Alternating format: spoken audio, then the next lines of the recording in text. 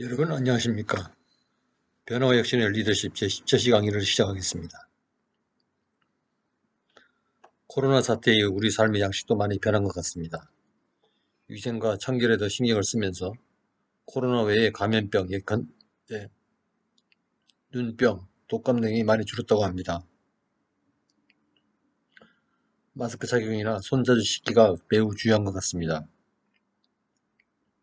한편 비대면으로 경제나 교육 및 사회활동을 하는 대비 태세도 더 많이 준비되어야 할 것 같습니다. 현재 세계 각국의 사태가 지속된다면 불황에 따른 실업과 식량 부족으로 인한 대기근을 걱정하지 않을 수 없습니다. 전쟁보다도 무서운 시기가 될 수가 있습니다. 아무튼 빨리 백신과 치료제가 만들어져서 일상으로 돌아갔으면 하는 바람입니다. 수업에 들어가기 전에 한 가지 말씀을 드리고자 합니다. 원격 수업을 하는 교수 입장도 매우 답답하고 힘들지만 수업을 듣는 수강생 여러분도 매우 힘들 것으로 생각이 됩니다. 수업 시작 초기에는 접속 방법이라든지 의사소통상의 시간이나 방법상의 문제로 인해서 어려움이 있었지만 많은 학생들이 이를 이해하고 잘 따라주어서 고맙다는 말씀을 드리고 싶습니다. 그중 일부 학생들은 아직 수강을 하지 않아 출석 체크가 안 되는 상황이라 걱정이 많습니다. 출석은 수강을 해야 체크가 되는데 수업이 일주일 내내 시간을 주기 때문에 수강을 할 시간이 충분한데도 미루고 수강하지 않아서 출석 체크가 안 되고 있어서 이로 인해 출석 미달로 과락이 될 위기 처한 경우도 보입니다. 지금 원격 강의는 일단 감성을 지닌 교수를 통해 시작되고 이것이 컴퓨터 소프트웨어 그리고 인터넷을 통해서 학생에게 전달됩니다. 그리고 학생은 인터넷 접속을 통해서 전달받은 정보를 소화하고 학습하고 퀴즈풀이나 문의사항을 교수에게 연락을 하는 등 시차를 둔 양방향 통신을 하는 중입니다. 교수와 학생은 유연한 감성을 지닌 인간이지만 그 중간을 이어주는 통신은 거의 인공지능과 같은 무감정을 가진 기계입니다. 학생과 교수가 즉시적으로 1대1 대면이 어려운 상황에서 교수가 보낸 자료를 기계가 그대로 전송하고 각각 개별적으로 다른 환경에 놓인 학생이 이를 받아서 해석하면서 비인간적이고 몰인간적인 수업에 참여 요구에 강요당하다 보니 몰인정하고 차가움을 느끼는 경우가 있을 수 있습니다. 그런 느낌은 교수 입장에서도 학생이 보내는 다양한 메시지에서도 마찬가지입니다. 이런 경우는 우리가 정보를 받을 때 기계가 보내는 몰인정하고도 무차별한 정보의 폭격처럼 느껴지는 상황에서 우리의 인내심을 시험받게 할 수도 있는 것처럼 느껴집니다. 교수도 사회적 거리를 두다 보니 가능한 사람들과 거리를 두고 만나지 않는 게 애국하는 길이다 생각하고 혼자 시간을 보내는 날이 벌써 여러 달째인데 여러분처럼 혈기왕성한 젊은 학생들은 오죽하겠습니까? 언젠가는 끝이 나겠지만 답답하고 꽉 막힌 것 같은 시간을 보내며 기계가 공부하는 인정 없는 정보 영상은 거부감을 줄 때도 있을 것으로 생각합니다. 이번 코로나 사태로 원격 수업을 하다 보니 과목당 준비하는 수업량의 뒤처리가 평소에 5배는 되는 것 같습니다. 물론 대다수 학생들은 착실하게 수업을 잘 따라오고 있지만 일부 학생은 이런 복잡한 환경과 인공지능 기계가 전해주는 자료에 거부감을 보이는 경우도 있습니다. 하지만 모두가 같이 어려움을 극복하고 합심하여 하는 이 위기를 잘 이길 수 있으므로 얼마 남지 않은 수업에 적극 참여해 주시기 바랍니다. 적극적으로 수업에 참여하는 방법은 다른 거 없습니다. 해당 주차 수업에 참여해서 비디오 잘 보고 수업 범위 교재를 읽고 퀴즈를 풀어보는 것입니다.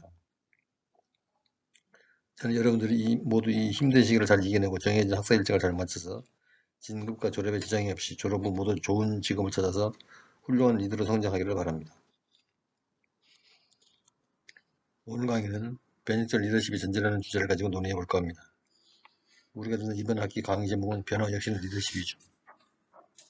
이 제목이 주는 뉘앙스는 여러 개입니다. 변화 혁신의 리더십은 변화 혁신을 가져올 리더십으로 해석되어서 리더십이 주제의 핵심이 될 수도 있고 한편으로 변화 혁신에 의해서 리더십이 변화될 수 있다는 관점도 생각해 볼 수 있습니다.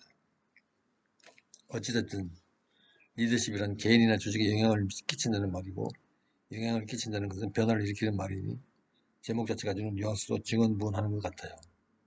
그냥 배운 대로 변화 혁신을 효과적으로 잘 이끌어낼 수 있는 리더십에 대해서 배운다고 생각하면 될 것 같습니다. 벌써 강의가 10주차로 접어들고 있었으니 이번 학기도 3분의 1을 진행하고 있습니다. 오늘 주제는 변화 혁신은 리더십이 전제입니다. 즉 쉬운 말로 하면 변화 혁신을 가져오는 위하는 리더십을 갖추기 위해서 필요한 전제 조건은 무엇인가를 생각해 보는 것입니다. 그런 전제 조건이 딱 이것이다라고 콕 집어서 말할 수 있는 것은 아닙니다. 그러나 최소한 공통적으로 갖춰야 할 요소들은 있을 수 있습니다. 그런 것들에 대해서 살펴보는 것이 오늘 강의의 내용입니다.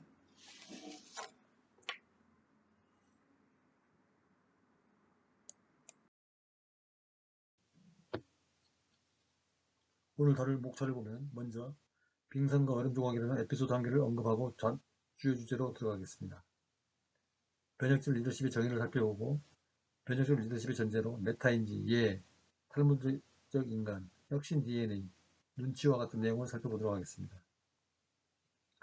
변화와 혁신의 리더십 전제 조건 사례로 거론된 메타인지, 예, 탈무드적 인간, 혁신 DNA, 눈치 같은 주제는 하나의 사례에 불과하며 이보다 더 많은 내용이 있을 수 있습니다. 추가로 변화와 혁신의 리더십의 전제 조건이 될 수 있는 것이 무엇이 있을 수 있는지를 한번 생각해 봐야 할 과제가 되겠습니다.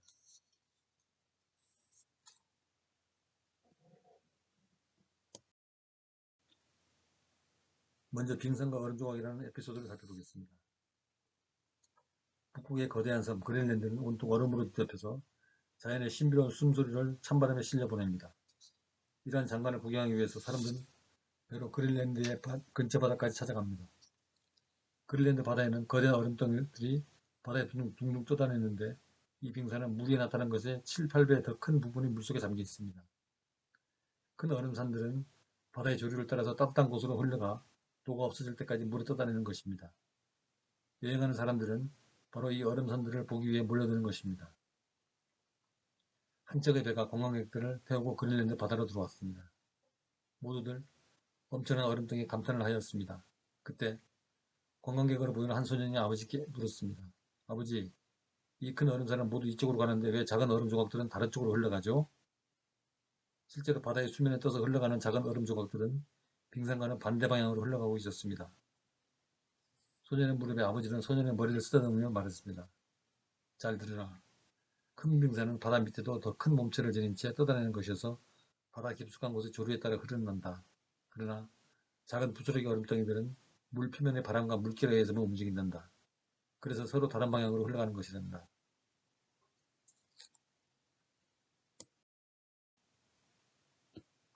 이 에피소드가 주는 의미는 무엇일까요? 우리는 표면적으로 보이는 바다의 실제 조류 방향은 반대 방향으로 흘러갈 수 있다는 것입니다. 그래서 변화의 방향을 생각할 때 표면적으로 보이는 것을 그대로 믿어서는 안 되고 주의 깊게 살펴서 변화의 방향을 감지해야 한다는 것입니다. 만약에 어떤 사업에 투자를 할 때 표면적으로 보이는 변화 방향을 그대로 믿고 투자했다가는 실패할 염려가 있습니다. 정확하게 큰 흐름을 분석하고 판단해서 정확한 타이밍에 정확한 방향에 투자를 할 경우 대성공을 가져올 수가 있다는 것입니다.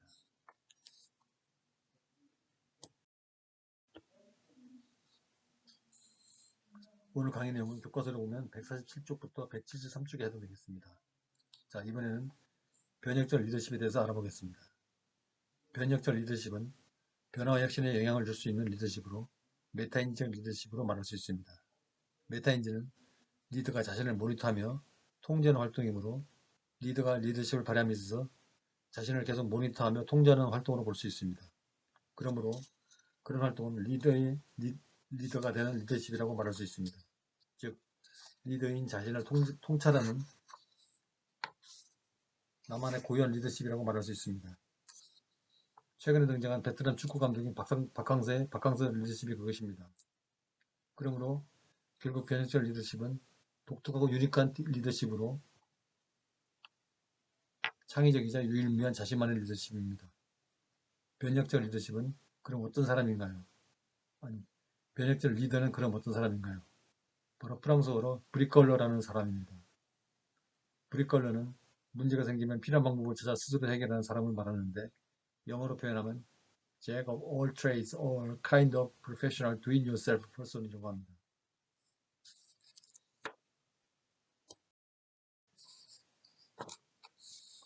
브리컬러는 마치 손재주가 좋은 목공을 보듯이 문제가 생기면 어떤 방법을 동원해서 해결해 나가는 솜씨 좋은 사람을 말합니다. 리더십에서도 마찬가지입니다.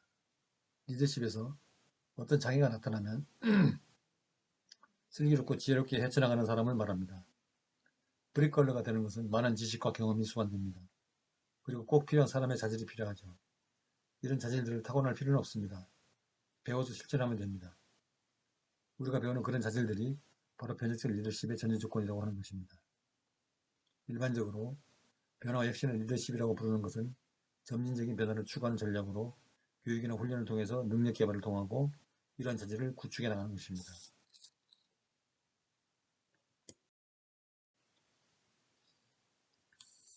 그러면 변혁적 리더십의 전제에 대해서 알아보겠습니다. 그 전에 우리는 변혁적 리더십에서 리더의 목적과 역할이 무엇인지를 살펴볼 필요가 있습니다. 변혁적 리더십에서 리더의 목적은 첫째, 조직을 기민하게 하고, 둘째, 전략을 일관되게 하며, 셋째, 업무를 완수하게 하고, 넷째, 역량이 개발되게 하는 것입니다. 그리고 변혁적 리더십에서 리더의 역할이 네 가지가 있습니다. 이 네 가지는 머리 끝자만 따면 FCCE 이렇게 됩니다. 첫째 F는 패실리테이터라는 것으로 촉진자를 말합니다. 두 번째 C는 코치입니다. 세 번째 C는 컨설턴트, 즉 상담가입니다. 네 번째 E는 에듀케이터로 육성가를 말합니다. 이를 하나씩 살펴보겠습니다. 첫 번째 패실리테이터는 촉진자, 조력자, 주동자, 조성자의 뜻을 지닙니다. 사람과 사람 사이 상호작용이 활발하게 이루어지게 하여서 상주적인 성과를 끌어내는 행위를 수행하는 자를 말합니다. 그러므로 워크아웃 리더, 프로세스 체커, 기록을 정리하는 자로서 서기, 타임키퍼, 발표자 역할을 수행하는 자를 말합니다. 두 번째로 코칭입니다. 코칭은 고객의 개인적 전문적 가능성을 극대화시키기 위해서 영감을 불어넣고 사고를 자극하는 창의적인 프로세스 안에서 고객과 파트너 관계를 맺는 것을 말합니다. 즉 개인과 조직의 잠재력을 극대화해서 최상의 가치를 실현할 수 있도록 돕는 수평적 파트너십이며 고객의 현재 상태에서 목표 상태에 도달하도 함께하는 보다 개인화된 서비스라고 할 수 있습니다. 운동선수의 코칭 등을 의미합니다. 세 번째 컨설턴트입니다. 상담가입니다. 상담가는 어떤 분야의 전문적인 지식을 갖춘 사람이 고객을 상대로 상담하고 조언하는 일을 말합니다. 상담을 의뢰하는 자는 상담을 참조해서 자신의 결정을 하도록 하게 합니다. 의뢰자에게 광범위한 지식과 옵션을 제공해서 의뢰자가 결정을 하도록 합니다. 네 번째로 에듀케이터, 즉 육성자를 말합니다.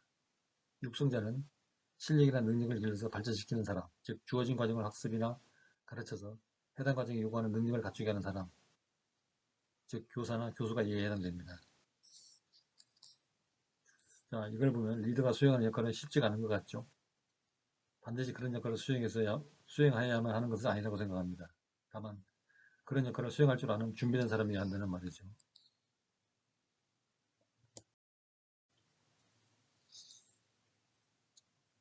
다음은 두 번째 주제로 변혁적 리더십의 전제를 살펴보겠습니다. 변화와 혁신의 리더십을 가져오는 전제 조건으로 수많은 것이 있겠지만 저는 여기서 5가지만 예를 들고자 합니다. 그것은 메타인지, 예, 탈무드, 혁신 DNA, 눈치입니다. 긍정적인 변화를 주는 변혁의 리더십을 수행하기 위해서는 리더 자신의 사고나 행동을 모니터하고 통제하는 능력, 즉 예를 갖추는 것, 탈무드적 인성을 갖추기, 벽돌 찍듯이 손대며 혁신을 가져오는 DNA 설계도 같은 준비, 그리고 주변의 환경과 변화를 재빨리 알아채고 행동에 옮기는 눈치입니다. 변혁적 리더십의 전제 조건으로 이상 언급한 것보다 더 많은 것들이 있을 수 있습니다. 그것이 무엇이 될 수 있는지 한번 생각해 보면서 다음 강의를 들어주시기 바랍니다.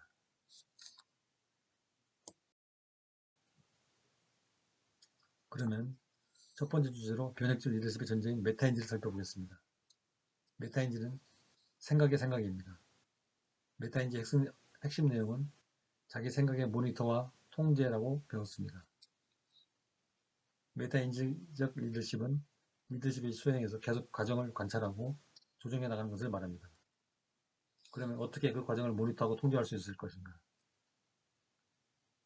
메타인지를 높이는 훈련 방법으로 첫째, 메타인지적 방법을 연구하고 전략을 짜는 것입니다. 그러면 자연스레 메타인지적 리더십 효과가 높아질 것입니다. 두 번째로 셀프 테스트를 하는 것입니다. 이것은 상황에 직면해서 내가 무엇을 알고 있고 무엇을 모르는지 분별하는 것입니다. 소크라테스는 너 자신을 알라라고 말했는데 그 말은 당신이 모르고 있는 것이 무엇인가를 알라는 겸손의 의미를 일컫는 말입니다. 자신이 모르고 있는 것이 무엇인지를 깨달으면서 배워야 한다는 것이죠. 세 번째로 기억과 학습법을 잘 익혀야 한다는 말입니다. 기억과 학습법은 공부를 하는 경우에 해당되는 말이지만 리더십의 경우에도 기억법을 활용한 학습법 개발처럼 유연한 전략을 세워서 메타인지를 높일 필요가 있죠. 인터넷 검색을 해보면 수많은 방법이 있습니다. 중요한 것은 정해진 시간에 주기적인 명상이나 기도 또는 큐티, 즉 quiet 타임, 조용한 시간을 갖는 것입니다. 예를 들어 두 번째 주차 수업 과정 브레인맵을 통한 효과적인 전략을 구사하는 것도 하나의 방법이 될 수 있습니다. 브레인맵은 어떤 일의 전후를 가장 효과적으로 그려서 낭비되는 노력 없이 목표에 집중하도록 하는 이점이 있죠. 이처럼 메타 인지적 리더십은 리더십의 과정에서 목표를 달성할 때까지 지속적으로 과정을 관찰하고 조정해 나가는 방법을 말합니다. 환경은 살아있는 생물처럼 생각하며 이에 대해서 적응적으로 대처해 나가는 것을 말합니다.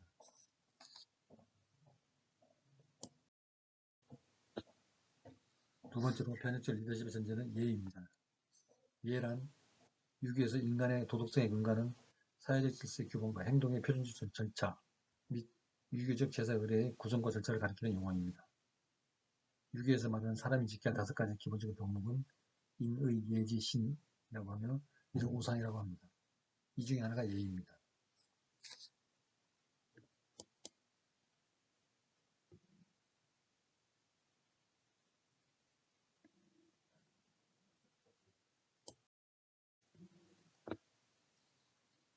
리더십도 인간관계의 연장입니다. 인간관계에서 가장 중요한 것은 사람과 사람 사이의 관계입니다. 사람과 사람 사이의 관계를 맺어주는 것은 여러 요인이 있지만 그 중에 으뜸은 인간관계입니다. 원래 예라는 한자를 풀어보면 보일, 시, 구불곡, 콩두자를 의미하며 제사상에 머리를 숙이는 것을 보여줍니다. 영어로 manners, courtesy로 처세술, 예절의 의미로 사용됩니다.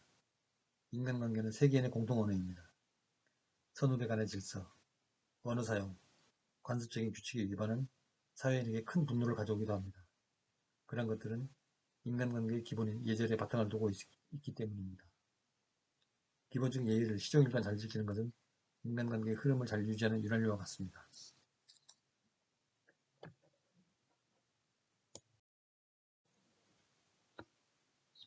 유교에서 인의 예지지는 오상이라고 합니다. 오상은 사람이 지켜야 할 5가지 기본적인 덕목을 말합니다. 오상 중에 어질 인자는 통치자의 최고 덕목으로 너그럽다, 마음이 너그럽고 착하며 슬기롭고 덕목이 높다는 것을 의미합니다. 그런데 그러한 인의 근본은 극기복례라고 해서 공자 말씀에 하면 자신의 욕망을 누르고 자기를 극복해서 예로 돌아가는 것이라고 했죠. 즉 자신의 욕망과 감정을 이겨내고 사회적 법칙인 예를 따른다는 것입니다. 극기복례는 나를 이기고 예의를 회복하다. 개인의 이익을 쫓는 욕심을 버리고 공공의 이익을 위해서 세워진 질서인 예를 회복한다는 의미입니다. 그런데 그러면 예의 근본은 무엇일까요? 그것은 바로 겸손히 마다하며 받지 않거나 남에게 양보하는 마음이라고 합니다. 사양지심이라고나 할까요? 이니 근본이 예라는 사실은 이처럼 매우 중요한 의미를 지닙니다.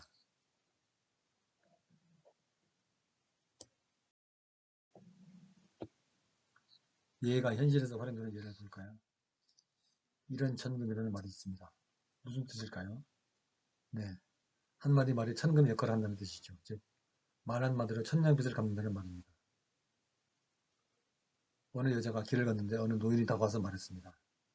자신이 가진 돈을 소매치기 당해서 수중에 한 푼이 없어 굶고 집에 갈 차비가 없다며 돈을 좀 빌려줄 것을 요청했습니다. 그래서 여자는 가진 돈을 털어서 노인에게 주며 갚을 수 있으면 나중에 갚으라고 전화번호와 주소를 적어주었습니다. 6개월 후 이 사실을 까맣게 잊고 있던 여자는 어느 변호사 사무실로부터 편지 한 통을 받았습니다. 거기에는 그가 전에 돈을 빌려준 노인의 유언장과 함께 수십억 달러에 상당하는 수표가 들어있었습니다. 노인이 숨을 거두며 자신의 전 재산을 이 자비심이 강한 여자에게 남겨주었던 것입니다. 비록 행색이 거짓골인 적선을 하던 노인이었지만 그 여자는 그를 존중하고 측은지심을 발휘해서 예를 다함으로 인해서 복을 받은 것입니다.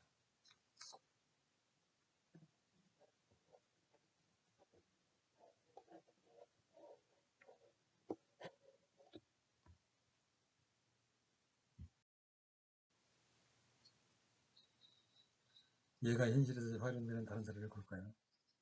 하늘의 제사 지내는 것입니다. 유교, 기독교, 이슬람에서 행하는 기도나 예배가 그것이죠.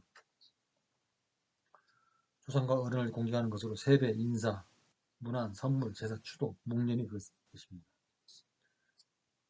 자량보라거나 어른을 모실 때 자석을 배치하거나 자석 배치도를 그래서 존중하거나 순서를 지키거나 은혜를 기억하거나 보온하거나 숨은 선행을 하거나 신독하거나 신독은 즉 아무도 없을 때 스스로 조심하는 것입니다. 절제하거나 인정하거나 존중하거나 하는 것을 말합니다. 만약에 살인범이 부모라면 어떻게 예를 차리나 이 문제를 생각해 보십시다. 살인범의 자식은 면회를 가서 이렇게 말할 것입니다. 아버님 건강에 유의하십시오 라고 말할 것입니다.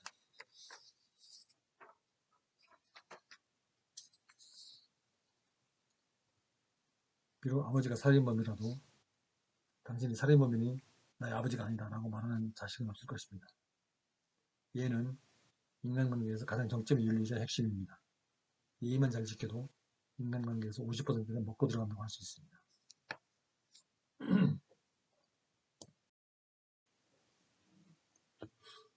예가 현실에서 활용되는 또 다른 사례를 볼까요? 가난한 자는 비굴하게 되기 쉽고 부자는 교만하기 쉽다. 가난해도 그 생을 즐기고 부자라도 예, 즉 사람이 해야 할 도리를 존중해야 할 것이다. 라고 논문에서 말하고 있습니다. 한국의 부자 경주채 씨는 무려 300년간 만석 이상의 부를 유지했습니다. 부자는 단순히 재테크의 문제는 아닙니다. 특히 300년 이상 부를 유지한다는 것은 철학이 있어야 가능합니다. 경주채 씨 예를 보면 이를 잘 알 수 있습니다. 경주채 씨에게는 대대로 전해오는 가훈을 통해서 이를 간접적으로 알아보기로 하겠습니다. 첫째, 과거는 못해 진사 이상은 하지 말라는 것입니다. 권력이란 칼날 위에 서 있는 것과 같기 때문에 가능한 멀리 해야 한다는 것이 그 의미입니다. 자칫 잘못하다가 집안이 몰려갈 수도 있다는 것입니다. 그렇다면 아예 멀리하면 되지 무슨 이유로 그 어려운 진사시험에 합격하려는 것일까요? 조선시대는 철저하게 양반이 지배하던 사회입니다. 양반이 되지 않고서는 신분이나 부를 유지할 수 없습니다. 또 학문을 해야만 사물의 이치를 깨달을 수 있고 그래야만 부를 유지할 수 있는 것입니다. 지식과 최소한의 계급을 갖되 권력과는 일정 거리를 두는 것이 비결인 셈이죠. 부자들이 다른 것보다 자식 교육에 목숨을 거는 것도 이 때문입니다. 또 지금처럼 지식과 부가 비례하는 사회들은 더욱 그러합니다. 깨달음이 있어야 부 유지가 가능한 것입니다. 둘째, 인간관계에 바탕한 노사관계의 실천입니다.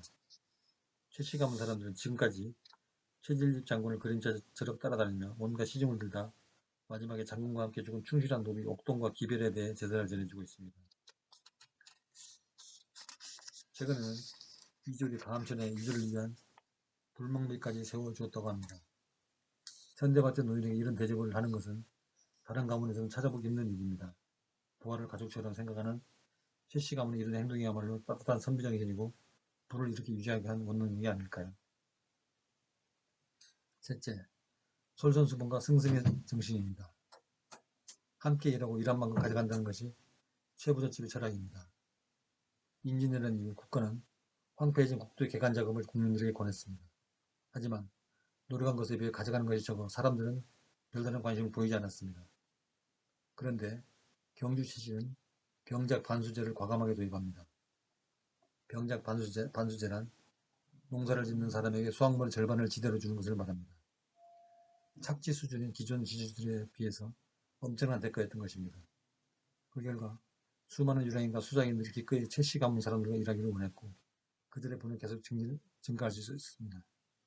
또 당시 대지주들은 부재지주로서 주로 한양이나 큰 고을에 따라 살면서 소작료만 챙기는 사람이 대부분이었는데 최씨 가족들은 그 동네에 같이 살면서 이른 새벽부터 솔선해서 일터로 나갔습니다. 또한 일을 하면 배불리 점심을 먹을 수 있게 해줬습니다. 당시만 해도 하루 두 끼 먹는 것이 상례였는데 이들은 세 끼를 먹게 해줬던 것입니다. 넷째, 그들은 겸손했고 함부로 부를 자랑하지 않았습니다. 내 돈 내가 쓰는데 왜 그러냐? 이란 생각으로 어려운 사람을 염두에 두지 않고 자기 마음대로 돈을 물쓰듯 쓰는 졸부하는 대조를 보입니다. 최씨 집안 며느리들은 결혼 후 3년간 무명혼만을 입게 했습니다. 대신 과객은 후하게 대접했습니다. 1년 소득의 3분의 1 정도를 과객을 위해 썼는데 참 대단한 일입니다. 덕분에 좋은 정보도 얻을 수 있었고 인심을 얻어서 어려운 위기도 잘 극복하게 되었습니다. 경주 최씨 마지막 최준 씨는 독립운동을 하다가 파산 위기에 처하게 되는데 당시 아리가란 식산은행장의 도움으로 살아납니다. 그가 경주 최씨를 도운 이유는 최부자가 예뻐서라기보다 주위 사람들의 신망을 얻고 있는 그 사람이 파산하게 되면 민심이 흉흉해질 것을 우려했기 때문입니다.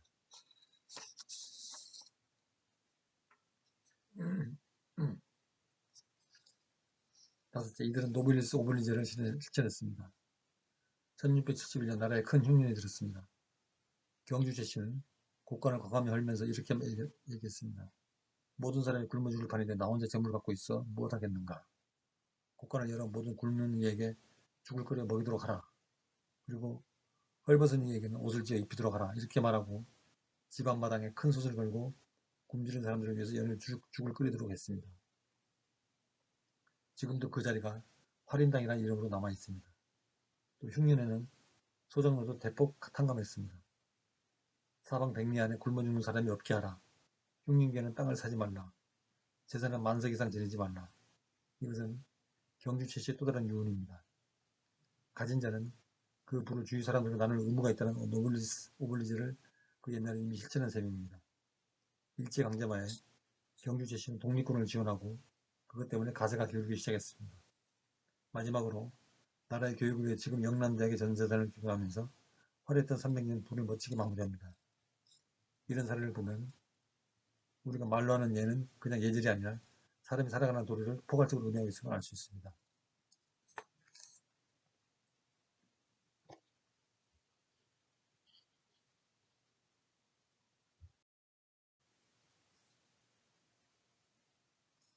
또 다른 모습의 예를 살펴보면 말에 나온 김에 제가 가장 좋아하는 논의 글귀를 보면 논어 위령공편에 기소불용 물시여인이라는 말이 있습니다. 그 의미는 내가 하고 싶지 않은 일을 다른 사람에게도 시키지 말라는 것입니다. 사람은 귀하건 천하건 남자건 여자건 간에 내가 하기 싫은 일은 남도 하기 싫은 부분입니다. 이런 이지를 잘 알고 사회생활에서 예를 실천하면 리더십을 더욱 효과적으로 활성화시키는 원동력이 될 수 있으리라고 믿습니다.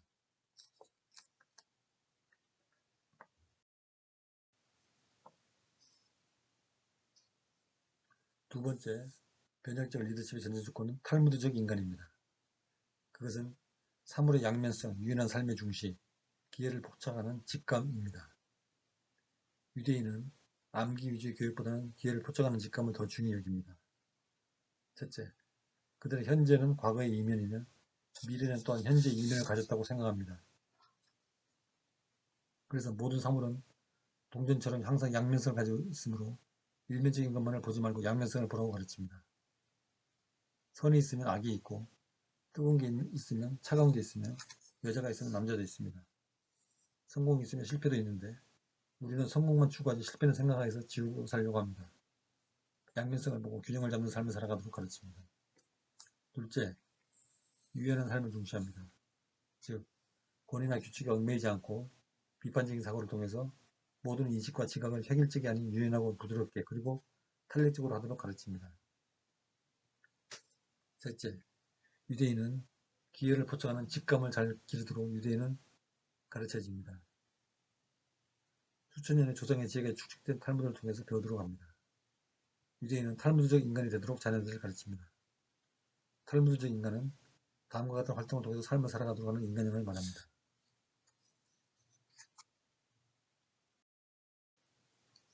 첫째, 배워라. 둘째, 질문하라. 셋째, 권위를 무시하라. 이 말은 무조건 권위를 무시하는 게 아니고 권위에 눌려서 자기 의사 발표를 하지 않거나 또는 자기 자신을 갖다가 너무 비하지 않는 것을 말합니다. 넷째, 자기를 세계 중심에 두어라.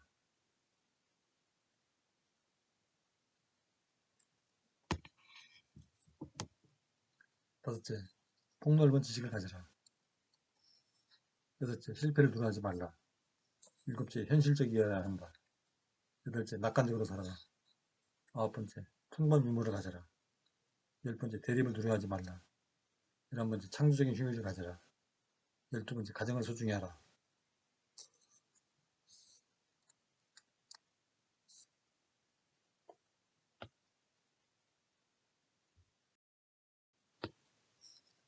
탈무드형 인간과 관련된 에피소드를 살펴보겠습니다. 교재 164쪽에서 165쪽에 나와 있습니다.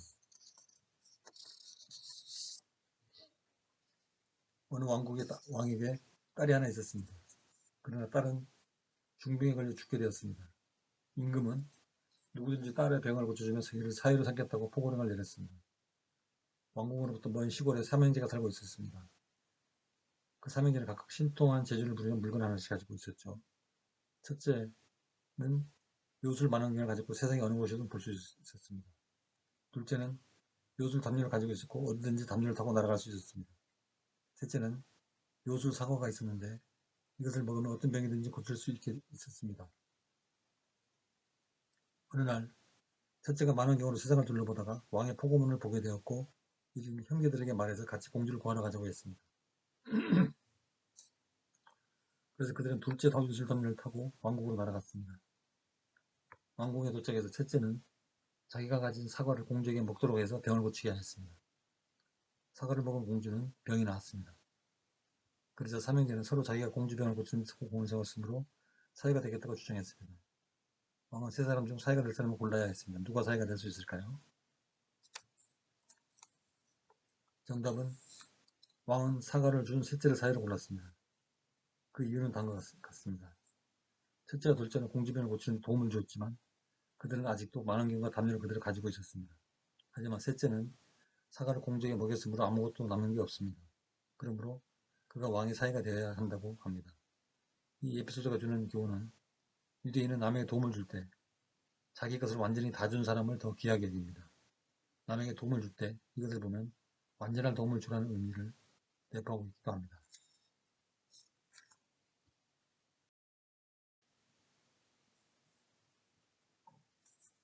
변혁적 리더십의 전제조건으로 네 번째 주제는 배려입니다. 배려란 짝처럼 마음으로 다른 사람을 생각하는 것을 의미합니다. 여기에서는 배려에 대한 에피소드와 그 반대인 파괴적 리더십의 사례를 살펴보겠습니다. 흥부의 성은 무엇인가요? 박씨라고 합니다. 제비가 물어다준 박씨로 인해서 부자가 되었다지요. 흥부 리더십을 살펴볼까요?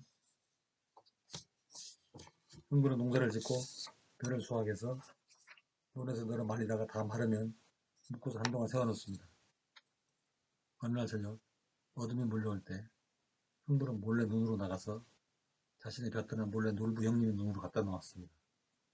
흥부가 이렇게 행동한 이유는 놀부 형님이 제사도 모시고 하니 손님도 많고 돈을 더 지출하려고 생각하고 그 효도의 은공을 생각해서 몰래 자기가 추수한 수확을 형님에게 드리는 것입니다. 자, 이런 행동을 뭐라고 설명할 수 있을까요? 바로 배려입니다. 흥부는 자기 위주 생각에 기반해서 행동하는 게 아니라 타인을 중심으로 그의 마음을 헤아려서 자신의 행동을 결정하였습니다. 이 행동 하나를 보면 거기에는 배려뿐만 아니라 감성, 사랑, 존중, 아낌, 섬김, 음덕의 정신이 참 담겨 있습니다. 다시 말하면 감성 리더십, 사랑의 리더십, 존중의 리더십, 아낌의 리더십, 섬김의 리더십, 음덕의 리더십이라고 부를 수 있지요. 흥부는 처마 밑에 제비가 떨어져 다리가 부러지자 제비 다리를 치료하고 정성껏 간호해 주었습니다. 제비와 흥부는 아무런 이해관계가 없지만 흥부는 처마 밑에 사는 제비를 식구처럼 생각해서 측은히 여기고 정성을 쏟아 보살펴 줍니다.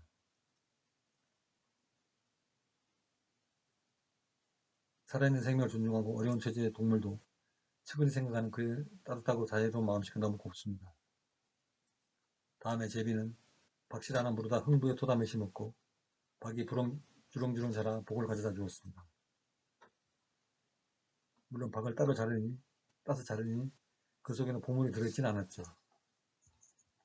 흥부는 식구가 워낙 많아 쌀이 떨어져 굶는 날이 많았습니다. 그래서 작은 음식이라도 있으면 박속을 긁고 양을 늘려 밥 대신 먹었습니다. 어느 날 시장에 갔다가 낙지 몇 마리를 사가지고 집에 와서 박속과 같이 끓여 먹었는데 맛이 여간 좋은 게 아니었습니다. 그래서 흥부는 박속의 낙지라는 식당을 빚을 내서 열었는데 장사가 너무 잘 되는 것이었습니다. 마침내 흥분의 빛도 같고 큰 부자가 되었습니다. 우리가 밥을 먹을 때 배부르게 먹지 말고 조금 모자라게 먹어야 합니다. 지금도 배를 굶고 사는 어려운 나라의 국민들을 생각하면서 조금 적게 먹는다면 복을 받을 것입니다. 이런 삶의 정신을 배려라고 합니다. 적게 먹으면 성인병으로부터 벗어나 건강하기도 합니다. 흥부는 다리가 부러진 제비를 치료해줍니다. 이것은 이타적인 자비이자 사랑이자 헌신입니다. 자비를 베푼 흥부에게 제비는 박씨를 물어다 주어서 부자로 만듭니다.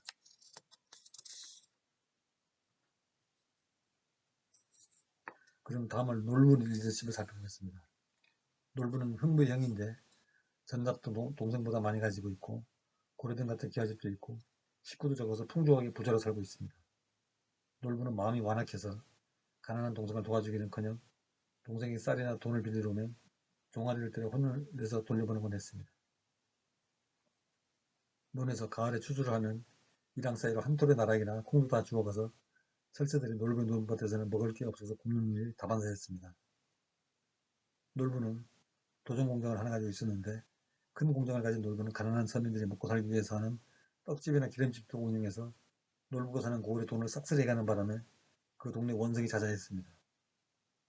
즉 대기업이 중소기업이 하는 사업까지 싹쓸이해서 문어발식으로 사업을 확장하는 것이었죠. 그러나 놀부는 아무리 돈을 많이 벌어도 부족함을 느꼈고 더 벌려고 했습니다. 이것은 탐욕의 리더십입니다. 어느 날 놀부는 한동안 보이지 않던 흥부가 저작거리에서 박속의 낙지라는 레스토랑을 열어 큰 돈을 번 것을 목격하고 흥부에게 식당을 연우를 듣게 되었습니다. 다리 부러진 제비를 고쳐주고 보고 듣게 되었다는 얘기를 들었습니다. 놀부는 불량게 집으로 와서 처마 밑에 제비를 한 마리 꺼내고 다리를 부러뜨렸습니다. 그리고는 약을 바르고 붕대를 감싸 치료되도록 하였습니다. 다음에 제비는 박씨 하나를 놀부에게 물어다 주었고 놀부는 박이 다 익기를 기다려 박을 수확했습니다. 수확한 박을 타니 콧노래가 절로 나왔습니다. 놀부가 박 하나를 타서 반으로 쪼개자 수각망이를 든 도깨비가 나타나 호령했습니다. 네 이놈, 서민 등쳐서 번 돈 10만짜리를 여기서 속량하여라. 그렇지 않으면 이 쇠방망이에 맞아 죽으리라. 아 예예. 놀부는 두려움에 떨며 10만냥을 도깨비 앞에 속량했습니다. 다시 도깨비는 홀통을 쳤습니다. 네 이놈, 잘 살고 있는 강남의 제비다리를 무단으로 부러뜨린 죄를 알겠냐? 내일 말에 죽을 것이냐? 아니면 10만냥을 속량하고 풀려날 것이냐? 예예. 10만냥을 내고 속량하겠습니다. 그날 놀부는 그동안 지은 죄를 전부 도깨비에게 고하고 그동안 차곡차곡 모아뒀던 100만냥을 모두 도깨비 앞에 속량하고 목숨을 건졌습니다. 이 놀부가 가진 리더십은 무엇인가요? 탐욕의 리더십, 자기만 아는 이기주의적 리더십, 약자를 갈취하는 잔인한 리더십, 욕망의 리더십, 그리고 결국 복을 버리고 벌을 구하는 리더십이 되었습니다.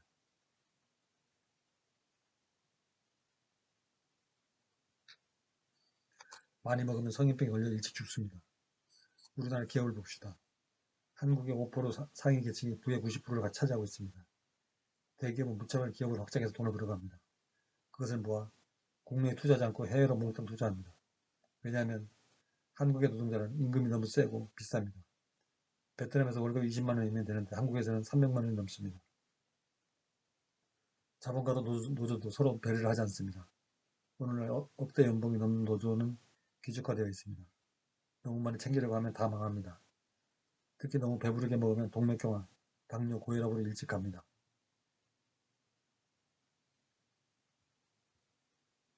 밥 달라고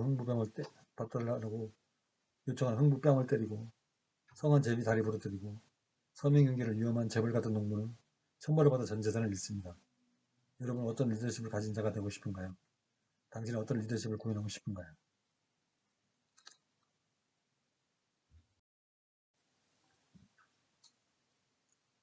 다음은 변혁적 리더십의 전제 조건으로 혁신 DNA 구축이라는 주제를 살펴보겠습니다.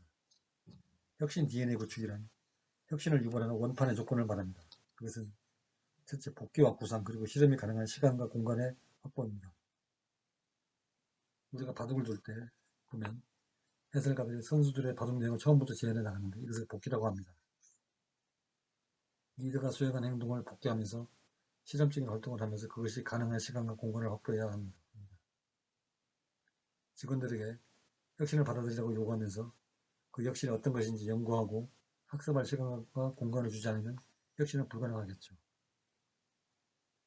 둘째, 혁신이 요구하는 사고의 다양성 극대화입니다.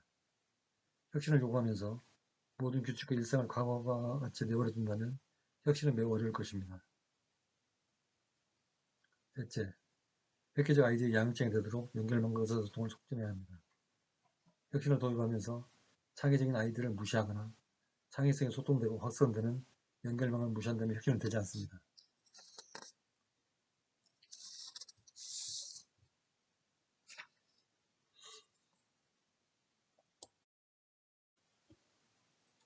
다음은 교재에는 나오지 않지만 변혁적 리더십의 전제조건으로 눈치라는 주제를 말씀드리고자 합니다. 한국어의 눈치라는 말을 영어로 번역하면 wit, sense, perspective taking, taking의 힌트를 의미합니다. 영어로 대체되는 sense, wit에서 보듯이 대인관계, 사회생활에서의 감각, 판단력, 이해력, 재치 등을 가리키는데 크게 이거는 두 가지로 나눈 단어입니다. 첫째, 일의 정황이나 남의 마음 따위를 상황으로부터 미루어 알아내는 힘입니다. 흔히 이런 경우 눈치가 있다 또는 눈치가 없다라는 표현을 많이 사용합니다. 둘째, 생각하는 바가 드러나는 어떤 태도를 말합니다. 이 경우 눈치를 주거나 눈치를 보다라는 표현을 사용합니다. 즉, 사회성 중 일부를 묶어서 부르는 말로 주변의 상황을 스스로 판단하고 적절한 행동을 하는 능력을 말합니다. 이러한 능력은 보통 여자들이 남자들보다 월등히 뛰어납니다. 눈치는 주로 순간적인 상황 판단력과 뒤이은 적절한 행동으로 구성됩니다. 그 첫 번째로 순간적인 상황 판단력에 대해서 알아보겠습니다.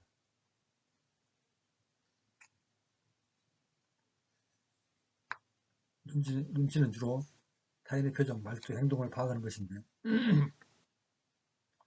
보통 눈치가 없는 사람의 경우 이러한 판단부터 되지 않은 경우가 많습니다. 즉 사람의 표정을 읽지 못한다거나 주변 사람들의 행동을 전혀 보지 못하는 것입니다. 사람의 표정을 읽지 못하는 아스퍼거 증후군이나 자기중심적 사고와 행동으로 시야가 좁아서 주변 상황 파악이 안 되는 경우 또는 과거 경험을 받아들이는데 지장이 있는 것에서 기인하는 경우도 있습니다. 반대로 눈치가 빠른 사람의 경우 이러한 경험적인 판단 능력이 뛰어나다고 할 수 있습니다.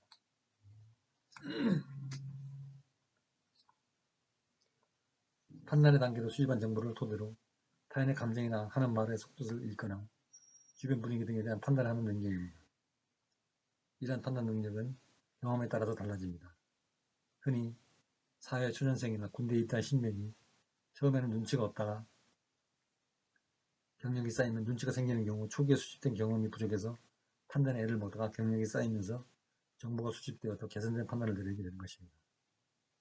예를 들면 누군가의 감정을 파악하기 위해서는 우선 그 사람에 대한 평소의 표정, 말투, 행동 양식에 대한 정보가 수집되어야 합니다. 그리고 이전 정보와 비교를 통해서 그 사람의 기분이 좋은지 나쁜지 판단할 수 있으며 나쁘다면 무엇 때문인지를 판단할 수 있는 것입니다. 눈치가 빠른 사람의 경우 이러한 일련의 과정들이 빨리 이루어집니다. 즉 인지되는 수많은 인상을 받아들이고 상황을 파악하는 능력이 뛰어난 것입니다. 다음은 눈치에서 적절한 행동에 대한 내용입니다. 상황 판단이 끝난 후에는 그 상황에 적절한 행동을 하는 것이 눈치의 두 번째 구성 요소입니다. 만약 상황 판단을 잘 하더라도 적절하지 못한 행동을 하는 경우 눈치 없는 사람이 될 수 있습니다. 과연 무엇이 적절한가는 과거의 경험 또는 사회 조직 내의 불문율에 따라서 다 다릅니다. 따라서 경험이 부족한 경우, 불문율을 모르는 경우 적절하지 못한 행동을 하게 될 수 있습니다. 따라서 경험이 부족한 경우, 불문율을 모르는 경우 적절하지 못한 행동을 하게 될 수 있습니다. 눈치가 없는 사람은 상황 판단 단계에서부터 무엇이 적절한지조차 판단하지 못할 경우도 있습니다.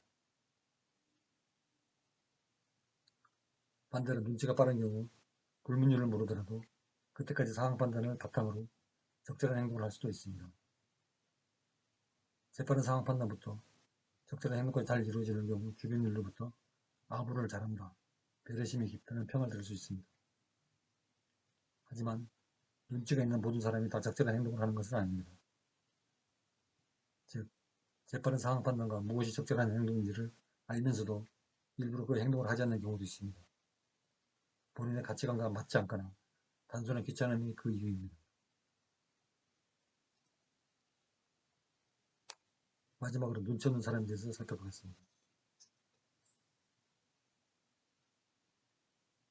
앞서 언급했듯이 눈치를 분석해보면 상황 판단, 적절한 행동 단계로 나뉜다. 것을 알 수 있죠. 상황 판단에서는 자기중심적 사고 때문에 남에게 무관심한 경우 또는 여성적인 자질이 부족한 경우 눈치 없는 사람이 됩니다. 자기중심적 사고를 가진 사람의 경우 수집된 정보를 처리할 때 자신과 관련된 것만 처리하게 됩니다.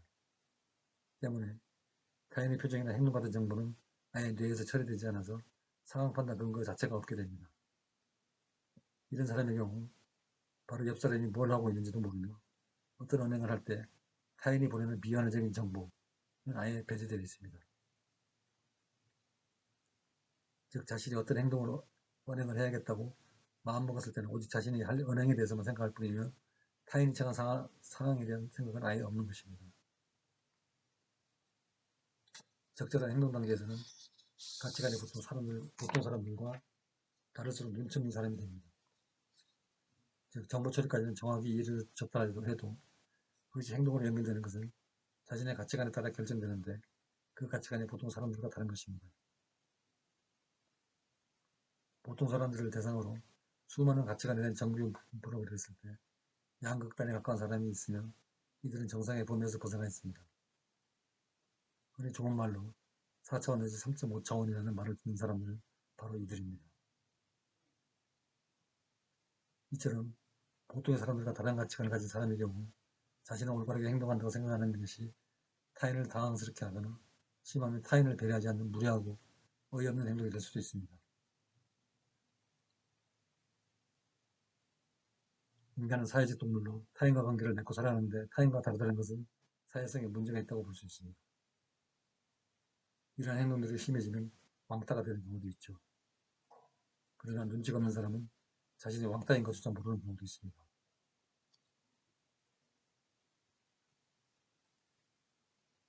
변혁적 리더십의 전제 조건으로 앞서 우리가 학습한 메타인지, 예, 탈무드적 인간, 혁신 DNA 구축, 눈치 이외에도 다른 많은 것이 있습니다. 예를 들면 사랑, 헌신, 용기, 절제, 인내 등이 그것입니다.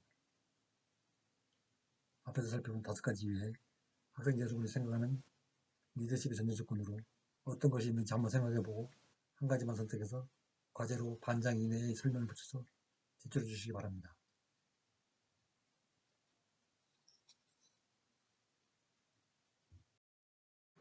오늘 강의를 요약하겠습니다.